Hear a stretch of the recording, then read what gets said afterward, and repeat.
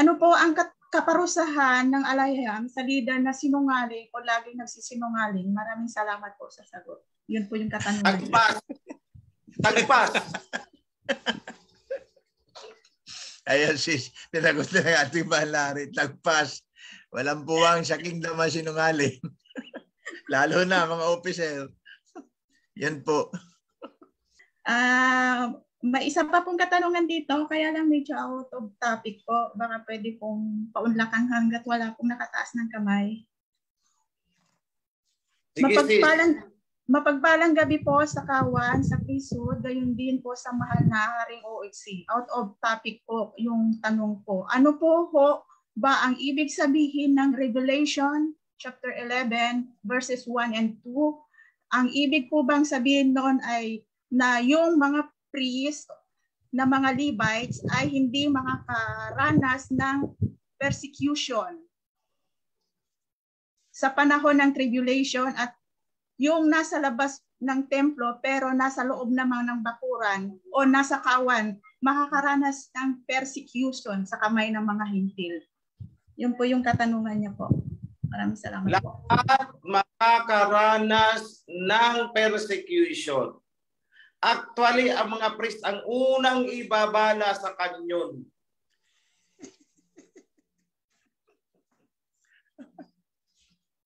Patitikim tayo. Pero hindi tayo lulusawin. Kasi ano ang promise niya? I will surely protect you.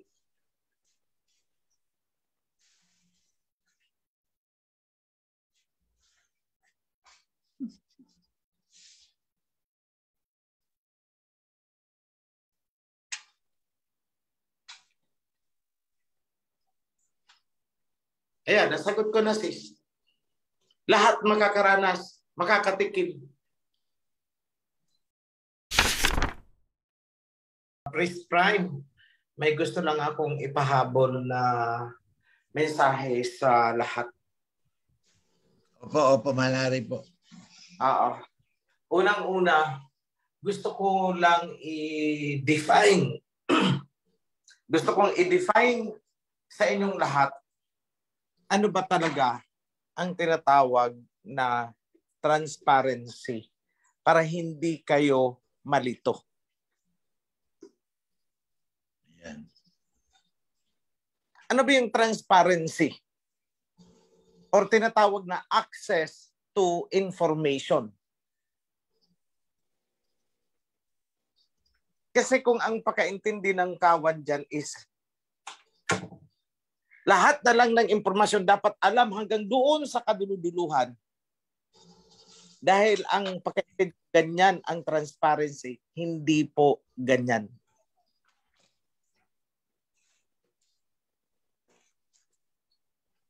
Hindi po ganun. Meron po tayong information na hindi dapat ipaalam sa hindi kinauukulan.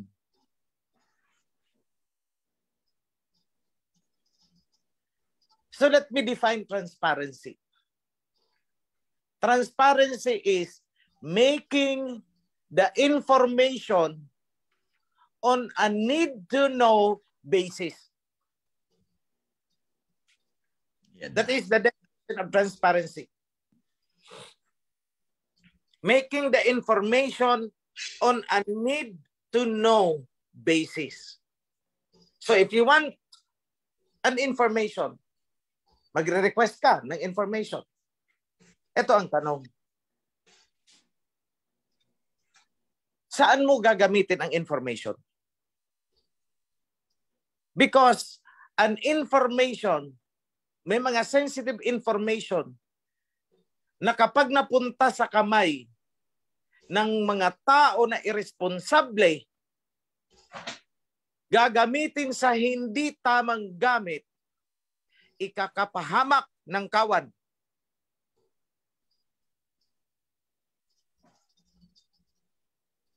Ikakapahamak ng officer. Ikakapahamak ng mga projects. Ikakapahamak ng Prime Minister. Ikakapahamak ng King. So transparency is releasing information on a need-to-know basis. Bakit gusto mong alamin? Wala lang. Kasi ganito. Hindi pwede. Humingi ng information. Ayun, pinagpo-post na sa Facebook. Ayun, napunta na doon sa iba. Tapos, tinitira na tayo. Ginagamit na upang kalabanin tayo. Worse, uunahan pa tayo sa resources. Kagaya niyan. Nung may binibili kaming lupa dyan, somewhere in Albay, I made that confidential hanggat hindi nabibili. Bakit? Uunahan pa tayo ng ibang mga interesado eh. Dahil napakamura po na ibinigay ng lupa. Kung naunahan tayo, ano mangyayari? Di loser, anong pagkakamali? Kasi transparency eh.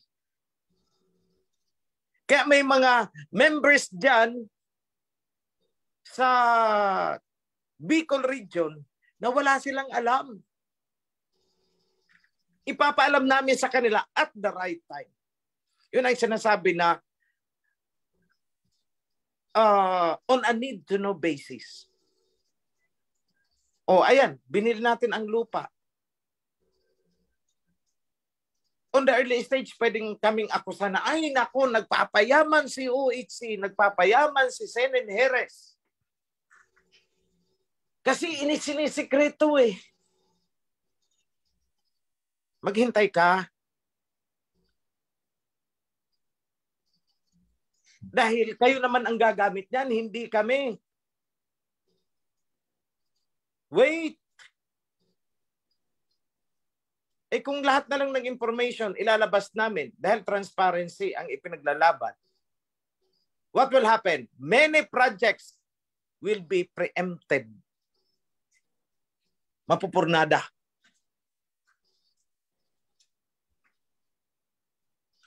Diyan sa Kasili, kung nag-ingay, dahil transparency, nagpaplano pa lang, nabibilhin ito, nag-ingay. Ano mangyayari? Di inunahan tayo doon ng iba sa lupa na dapat makuha natin. I remember, isang province dyan sa Bicol, I think it's Naga. Yung lupa ay bibilhin. Okay. Hindi na control ang information, kumalat. Ano nangyari? Nung babayaran na, i-acquire yata, ay aba, doble na ang presyo. Bakit? May nagbid kasi sa kabila eh. Huwag mong ibigay sa kanila ng 500 per square meter. Willing akong bilhin niya ng 700 square meter per square meter. May nakaalam eh. Nung i-acquire na, ay ayaw nang ibigay ng 700, 1,000 na. From 500 to 1,000 per square meter. Bakit? Ang iingay kasi, transparency. Ayan, tuloy, transparency kayo. But I'm not sure if it's Nagaha, I'm not sure. Basta there is this one case. Pasensya na, ang dami ko kasing iniisip. So mag-waiver ako dyan, mag-disclaimer ako. Hindi ako sigurado if nangyari yun sa Naga or somewhere else. Basta may pangyayaring ganun.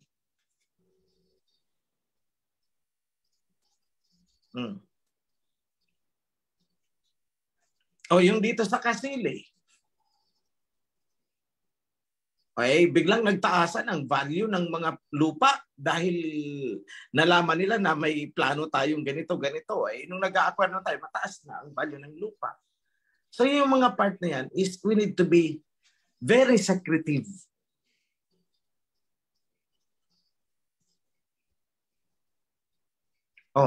Secrecy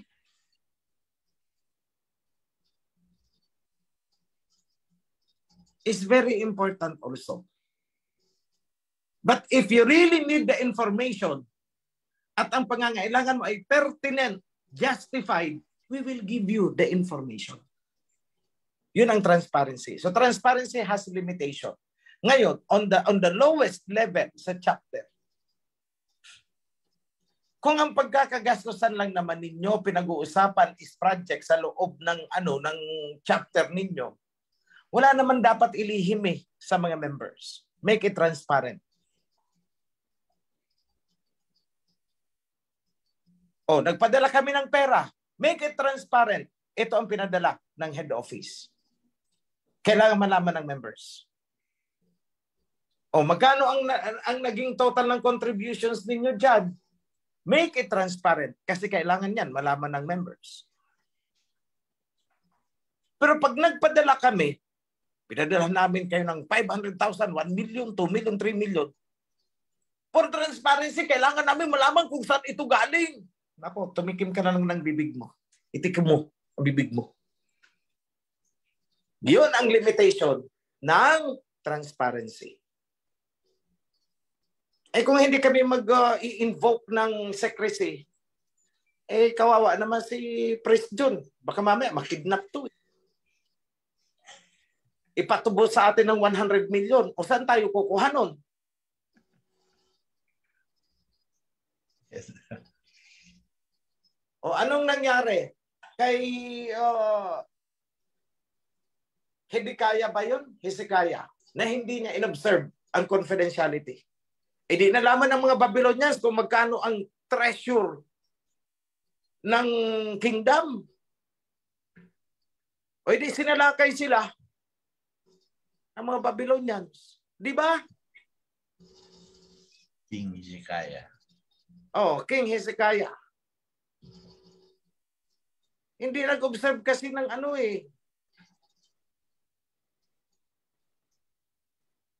So dito sa atin, we will observe that.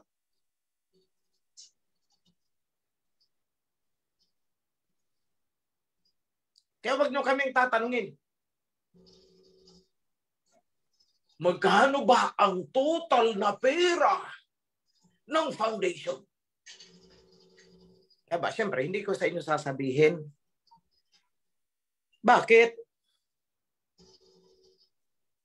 Marami dyan, mga poderoso, may mga politiko dyan, na pag nalaman nila kung magkano, baka mamaya, gawa natin ng kwento yung foundation na yan, sampaan ng kaso na madissolve, para ma-forfeit natin ang whatever nila. Biruin mo, corona pa lang ng hari dyan, 6 million na ang halaga. Scepter, 3 million ang halaga, 9 million, laking pera nun. Bakit? Kadaldalan kasi yung scepter at corona po, lata lang yan. Tubog lang yan. Yung mga ganun lang. Tubog lang yan. Yung jewels dyan, makikita nyo someday, puwet ng baso lang yan. Di ba?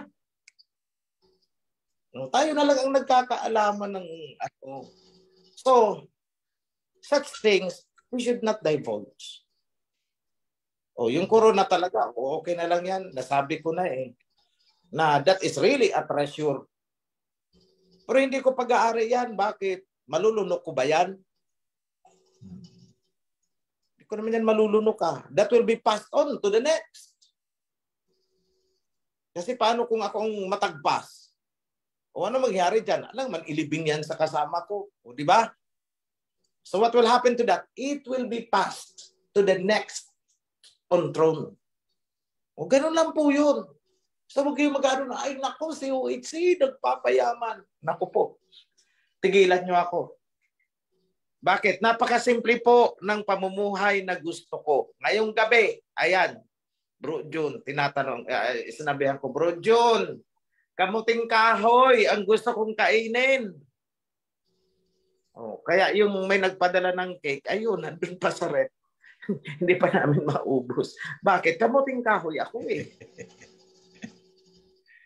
Bro John, tingnan mo nga yung saba na offering galing sa first fruit. Baka pwede na natin kainin yan. Naku, hilaw pa. Napakasimple po ng pamumuhay ko. Huwag niyo akong pagdudahan ng kung ano-ano.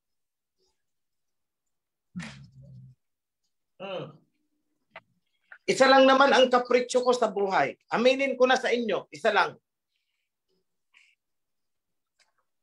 Yung aking higaan is velvet ang linen, ang cover. Kumot ko ay velvet. Yun lang ang kapritsyo ko sa buhay, mga kapatid. At hindi yan buwan-buwan bumibili ng velvet na kumot. Hanggat hindi yan gutay-gutay, gagamitin yan. Oh, bakit? Ganun ka-smooth ang gusto ko.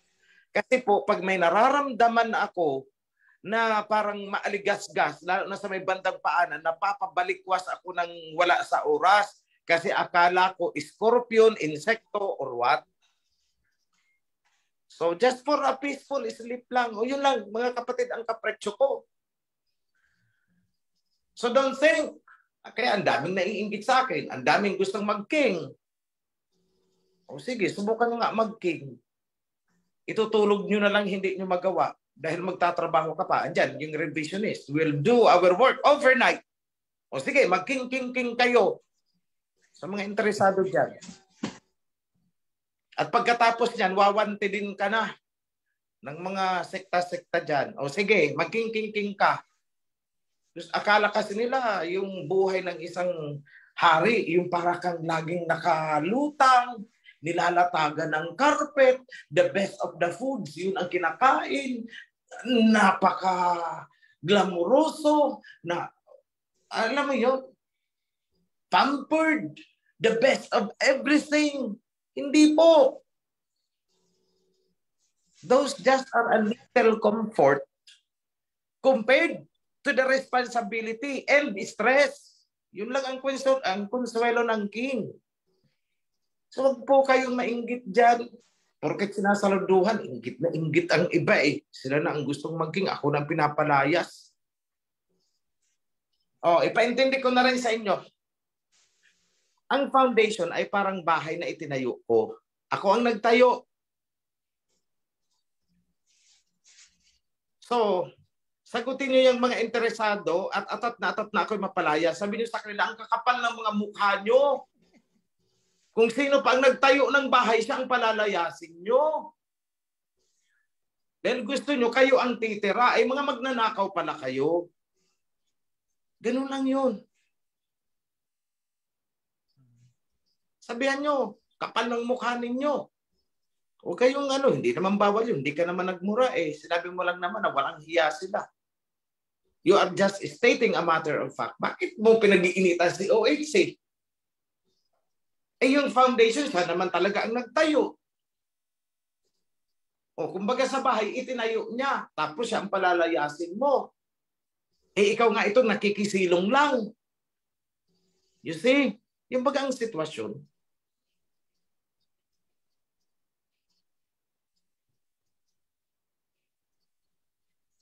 Yan ang sitwasyon. Ay ngayon, dito sa somewhere in the north, may tatagpasin akong dyan. Pag hindi ako nakapagpigil-pigil talaga. Sisi. Hindi lang napagbigyan ng hinihingi niyang 350,000. Aba, tinatraidor na ako. O bakit hindi ko binigyan ng 350,000? Pansariling interest niya eh. Pansarili. Hindi man lang sinabi na ito'y sa aming magkakapatid, sa kawan namin. Wala, kanya talaga. Korporasyon niya. Eh bakit kita bibigyan ng 350,000? Ganyan pala ang puso mo. O see? O di, ngayon tinitira na ako sa Facebook. Impostor daw ako. Pinagawan pa ako ng ibang ID.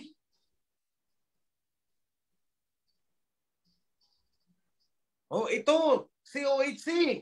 Impostor. Ito, tingnan nyo ang ID niya, oh. Oh, ito pa, isang ID. Oh. Hindi naman ako yun. Sorry ka. Nagkamali ka yata ng picture na dinampot.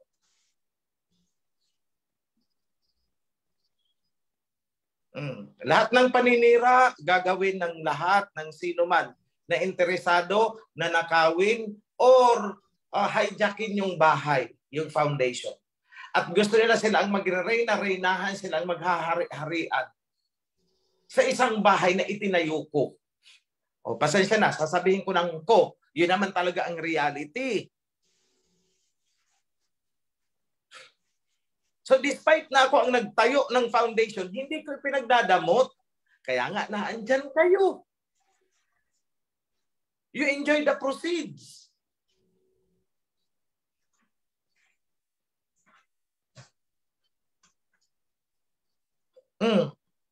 Magtayo din sila ng foundation nila.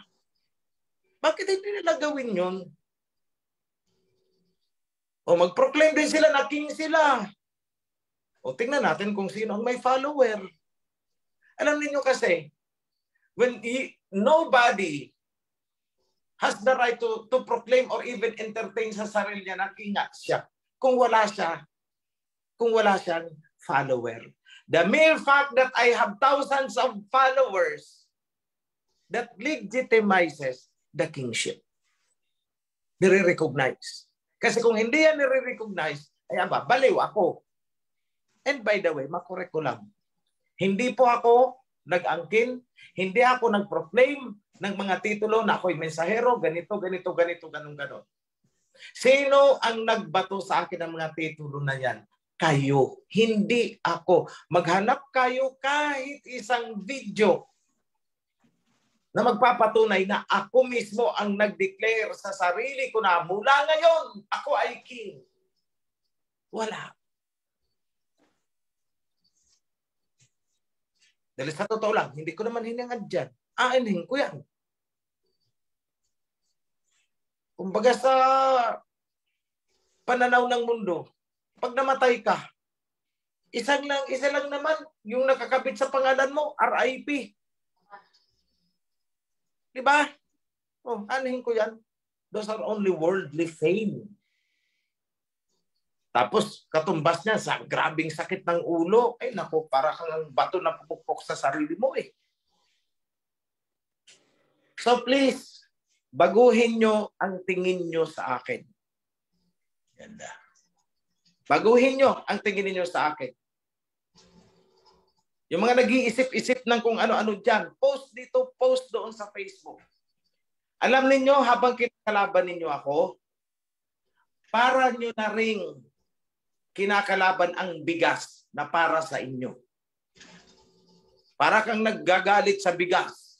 Yun, kapag kayo ay nagagalit sa akin, para kayo nagagalit sa bigas. Itakwil ninyo ako para ninyong itinakwil ang bigas na kakainin ninyo. Ganyan po ang analogy on an spiritual sense. So hindi ko po sinasabi na ako ang bumubuhay sa inyo. Hindi po ganun ang ibig kong sabihin. I am talking about a future event. Mga pangyayari po sa hinaharap ang sinasabi ko. If you hate me, you hate your future. Kapag trinaydor nyo ako, ang tinatraydor ninyo ay ang inyong kinabukasan. Bakit? Because of the covenant.